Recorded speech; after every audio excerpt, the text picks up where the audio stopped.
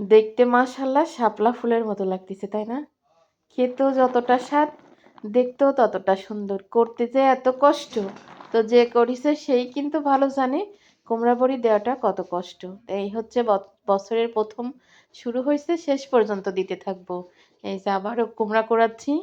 আসলে আমার কুমড়া, তারপরে এই যে কলই ফেনায়ে দেওয়া, এগুলা কিন্তু আমার ছেলেই বেশ পারে। দেখেন কত সুন্দর করে কুড়ায় দিচ্ছে। আসলে ছেলেরা যদি মার কষ্ট না বোঝে, তাহলে আর বুঝবে কে বলেন?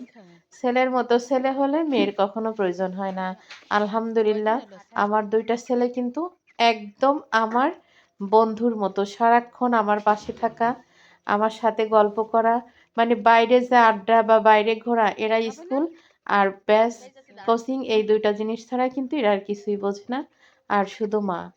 বোনের বাসায় গেছিলাম রাতে, তো ও আবার মুরগি পালতিছে। অনেকগুলা মুরগি এনে উঠাইছে, ও আগে এনে উঠাইছে। তো এই যে ১২-১৩ দিনে কত বড় বড় হয়ে গেছে। আসলে মহিলারা চাইলে কিন্তু পারে টুকিটাকি এইভাবে বিজনেস করতে।